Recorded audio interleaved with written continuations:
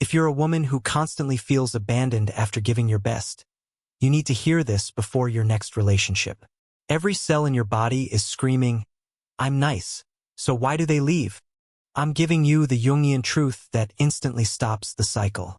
Welcome back to the channel. Before we dive into the secret, just quickly tap that subscribe button below.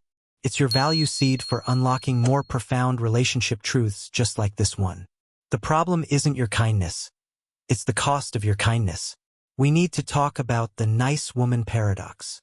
You're thoughtful, you remember details, you avoid arguments, and you always put his needs first. Sounds like the perfect partner, right? Wrong. Most women are living a relationship lie. You think being available 24/7 is a ticket to love. That's actually a fast pass to being taken for granted.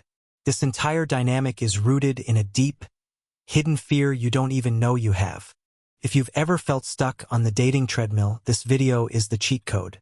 The truth is, men don't leave women because they're too good.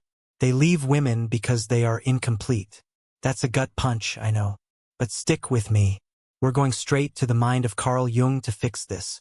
Imagine a movie shot. A woman is sitting alone in a huge, ornate, gold room, smiling gently at a blank phone screen. She's waiting for him to text first, but she texted last night. She looks perfectly composed, but her hands are clenched under the table. She's the perfect picture of peace, yet she is completely alone. That silent, fake smile you wear? That's emotional debt. You're performing kindness instead of being kind. You know that friend who calls you her emotional therapist? Yeah, you've accidentally become that for your partner, too. Congrats, sis. By the end of this section, you know that the problem is not you, but a strategy you unknowingly adopted. You just gained a huge piece of clarity. The real reason he leaves is not that you're too nice. It's because your niceness is actually hiding the fire he subconsciously needs to feel safe and respected. The shocking truth is that the persona you wear to attract him is the very thing that makes him walk away. The secret lies in a concept Jung called the persona, your social mask. The truth is, your niceness is the mask that's killing the relationship. That mask, called the persona, tricks you and him into thinking you are whole. If you mistake self-sacrifice for love, you are guaranteeing rejection, because men are subconsciously looking for a partner, not a patient. We are diving deep into the difference between being truly good and pathologically nice. This distinction changes everything. Let's get one thing straight. True goodness is kind, generous, and honest. It comes from a full cup. Pathological nice is a survival tactic. It's a performance rooted in fear. If you always find yourself saying yes when your entire body wants to scream no, you are not kind. You are people-pleasing. This is the difference between giving from abundance and giving from anxiety. When you operate from anxiety, you have no boundaries. This means you never disagree, you never ask for your own needs to be met, and you never express real, raw emotion. You become flat. Think about it. If your partner never knows what you really want, how can he truly love you? He's loving a perfect, smooth wall. That's boring. Bro, trying to be perfectly nice is exhausting. It's like holding in a sneeze for 6 months straight. Your fake peace is actually a profound act of self-betrayal. You are telling your own soul that its needs don't matter. Imagine a movie shot. A man is carelessly criticizing his partner's cooking. The nice woman smiles, says, "Oh, it's totally fine. I'll make something else," and quickly runs to the kitchen. Her back is turned, but her face is contorted in a silent, pained grimace. She swallowed her truth again. You now have the clear, black and white definition that separates a healthy person from a performing one. This clarity gives you the power to choose. When you hide your truth behind this persona, you are also hiding all of your power. You are suppressing the most essential, vibrant, and passionate parts of your identity, the parts that Jung called the shadow. And the shadow is where men find the authentic energy they actually crave. This leads us to our next shocking section. The persona isn't just a mask. It's a self-sabotaging contract where you trade your true power for temporary social acceptance. If you find yourself constantly adjusting your personality to fit his preferences, you've fallen into the persona trap. We're exposing the #1 reason men leave. They eventually get bored of the perfect fake person you've created. Let's talk Carl Jung's concept of the persona. Think of it as your public uniform. It's the face you show the world. It's necessary for getting a job or being polite at the grocery store. It's not inherently bad. But the nice woman has done something dangerous. She's become over-identified with her persona. She believes the mask is her. She believes the mask is her. If you're a high-achieving people-pleaser, your persona is likely built on being universally agreeable. It says, I am helpful, flexible, selfless, and I never, ever cause a problem. That persona has a clear job: avoid conflict and guarantee approval. But here's the brutal truth. That persona is what makes you interchangeable. He meets nice woman A, then nice woman B. They all look the same because they all wear the same mask of emotional blandness. The deeper you hide behind the mask, the further you get from real love. That's a lonely place to live. Imagine a movie shot.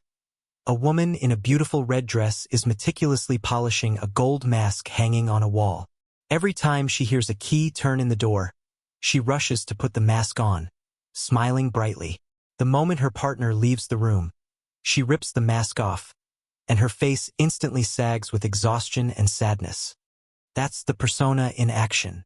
Trying to keep that mask polished all the time is more work than a double shift at Starbucks. The persona is driven by fear. Fear of rejection, fear of being too much, and especially fear of abandonment. So you edit yourself. You delete the sharp opinions, you dial down the intense passion, and you suppress the need for healthy argument. You become a perfectly edited video clip, smooth, predictable, and totally lacking in dynamic range. A man is drawn in by the persona because it's easy. It requires nothing from him. But deep down, the human spirit is wired for connection with authenticity, not convenience. He eventually realizes he is dating a beautiful cardboard cutout. The relationship stalls out because there's no real self to connect with. When he finally pulls away, the persona panics. It screams, "But I did everything right. I was nice." And that's the final, shocking insight of this section. You now understand the psychological tool that has been silently ruining your relationships. You gain the key to separating your true self from your social role.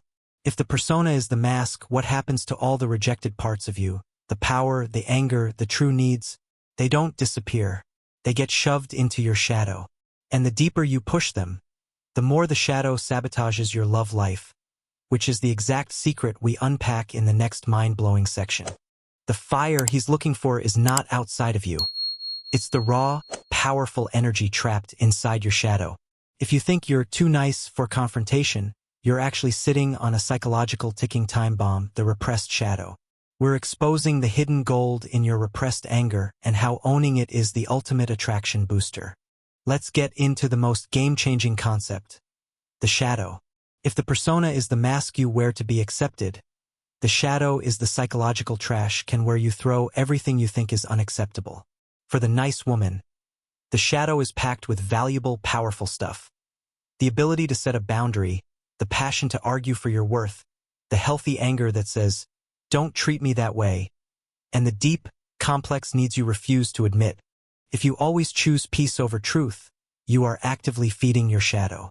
You make yourself small to maintain that nice image. But here's the unexpected twist. That vibrant, difficult, messy energy is what creates depth and respect. Every time you swallow your anger, you chip away at your own soul. Feels safe now, but the damage is permanent. Imagine a movie shot. A woman is walking on a cracked, crumbling path over dark water. She is looking back at a huge, dark, swirling shadow figure that is trying to grab her. The shadow is made of pure, intense energy, a dark version of her own power. She is terrified of it, so she keeps running on the unstable path. Trying to be nice all the time is like trying to hold a beach ball underwater. Eventually, that thing is coming up and smacking you in the face. When you repress the shadow, a couple of terrible things happen. First, you become inauthentic. He can't connect with your true self because it's locked away. He gets an emptiness where a personality should be. Second, the shadow doesn't stay quiet. It leaks. It leaks as passive aggression, as sudden bursts of sadness, as chronic resentment, or as extreme neediness. The man senses this instability. He feels the undercurrent of resentment even if you're smiling. He thinks, "This woman is beautiful and nice, but I never know what she really thinks." He feels unsafe because he can't trust the surface. This is why he leaves. He is not leaving you. He is leaving the unsettling inauthenticity that your shadow creates. He is subconsciously looking for a woman who is whole, a woman who has integrated her darkness and her light. The Jungian truth is that we are attracted to those who are as whole as we are. If you deny your shadow, you cannot claim your full power. You come to the relationship half-formed. When a man feels your lack of boundaries, your suppressed no, he doesn't feel loved. He feels the absence of respect for yourself. And if you don't respect yourself, he won't be able to respect you fully either. That repressed fire, that anger, that passion, that demand for dignity is the missing ingredient. You need to stop running from your shadow. You need to turn around and welcome those powerful, raw parts back into your life. They aren't flaws.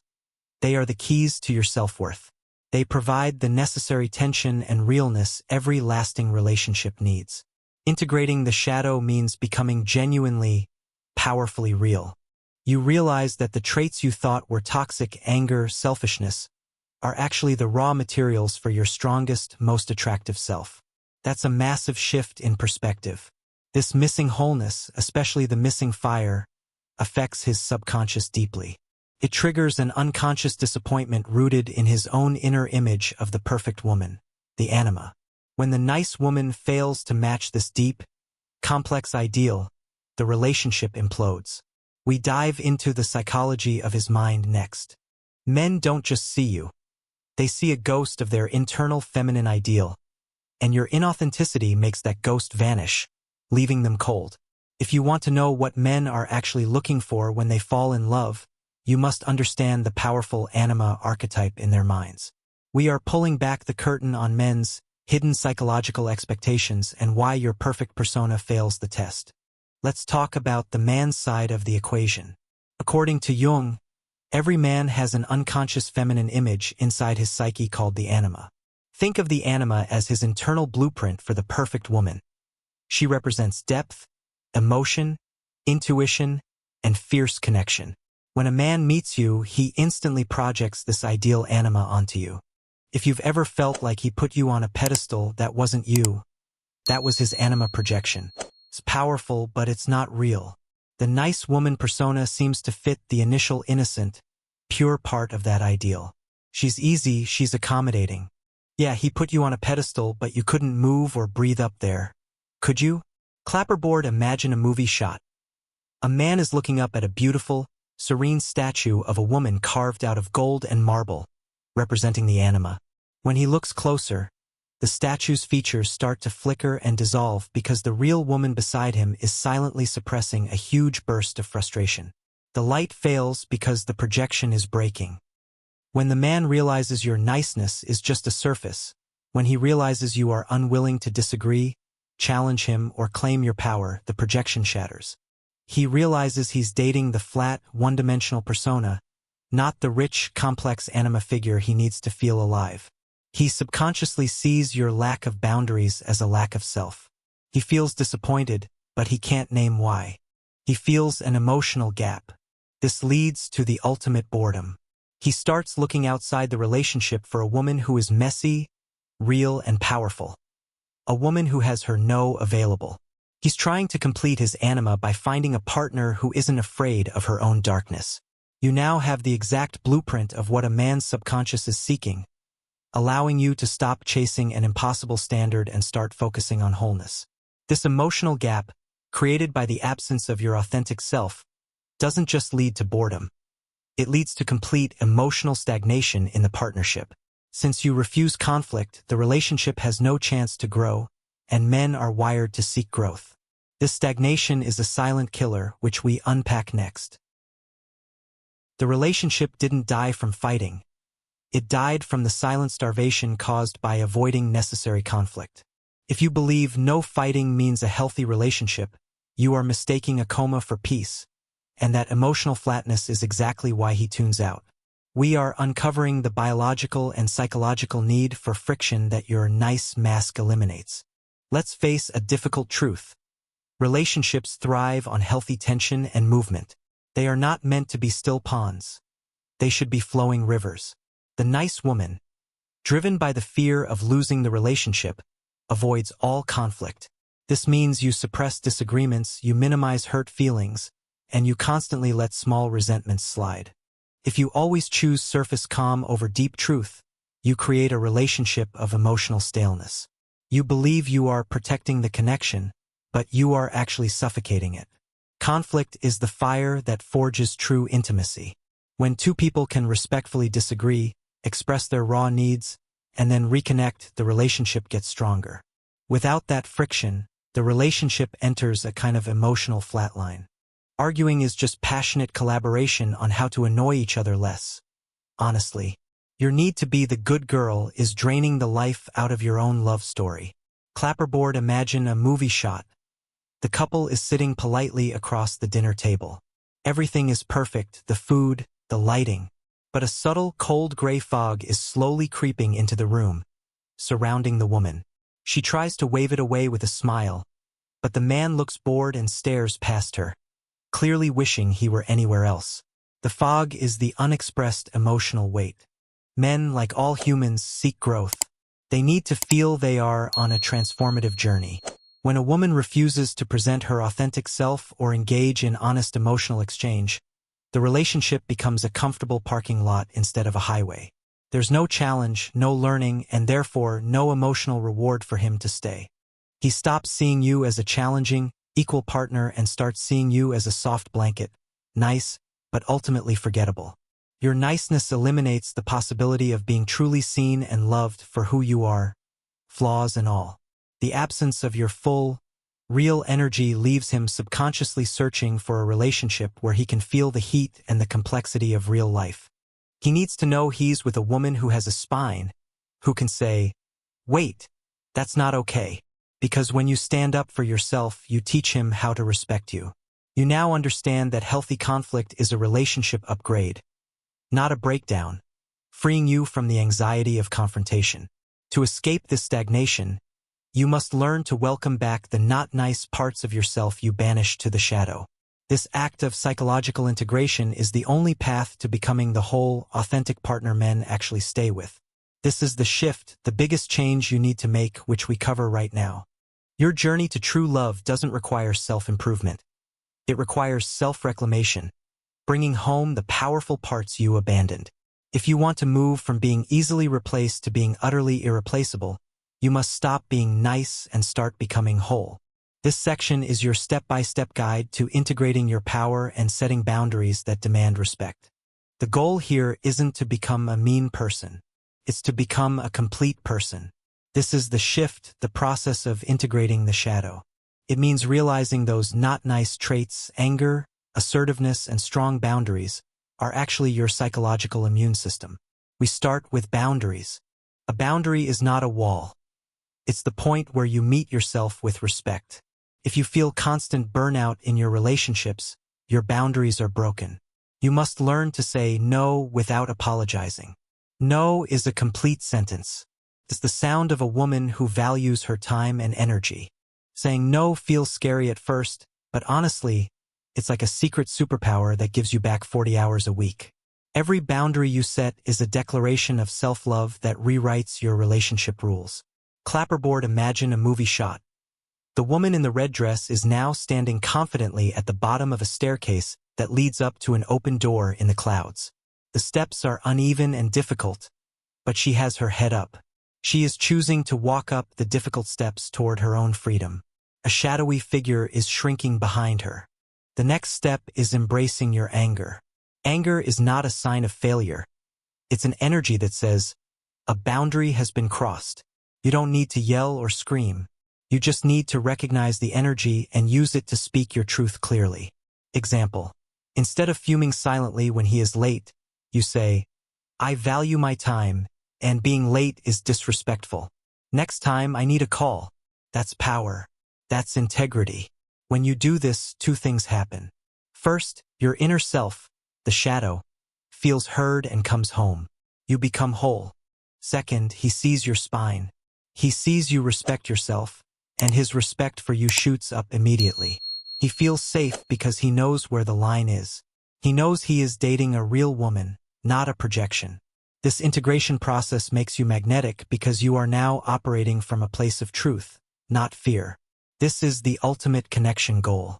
You receive the exact language and permission to express your anger and set boundaries without guilt. This shift to wholeness means you stop needing external validation. You stop making the mistake of waiting for him to choose you. You become the chooser.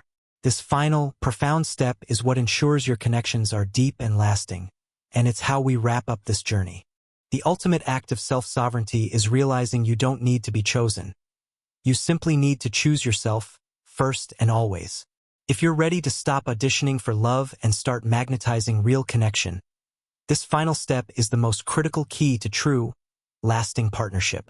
We are sealing the loop on the Jungian journey and confirming your identity as a whole, powerful woman. Let's quickly pull this whole journey together. You are not being rejected because you're a bad person. You are being left because the persona, the nice mask, hid your true, powerful self. This lack of authenticity meant you pushed your vital energy, the shadow, away. This, in turn, shattered his anima projection, leading to emotional stagnation and boredom. The fix isn't complicated, but it takes courage. It means closing the gap between who you pretend to be and who you actually are. You must stop waiting for external permission to be whole. You must accept that your anger, your boundaries, and your needs are essential to your worth. If you have absorbed everything in this video, you are now armed with the psychological insight to end the cycle of abandonment forever. The greatest betrayal is the one you inflict on yourself by staying small to please others. Honestly, being your full, messy self is way less exhausting than trying to maintain the nice woman brand. Clapperboard, imagine a cinematic shot. The woman in the red dress is now standing on a high cliff overlooking a vast, beautiful ocean. The sun is rising, hitting her face. She smiles, not the pained smile of Section 1, but a genuine, powerful, relaxed smile. She is completely alone, but she looks utterly complete and free. She has reclaimed her sovereignty. The journey of integrating the shadow and living authentically is a marathon, not a sprint. This video just gave you the map, but the work is daily. We release profound content like this every single week to help you navigate this path to deep self-sovereignty. If this message resonated deep in your gut, and you want to keep building a life where you are the priority, take 1 second right now and hit the like button.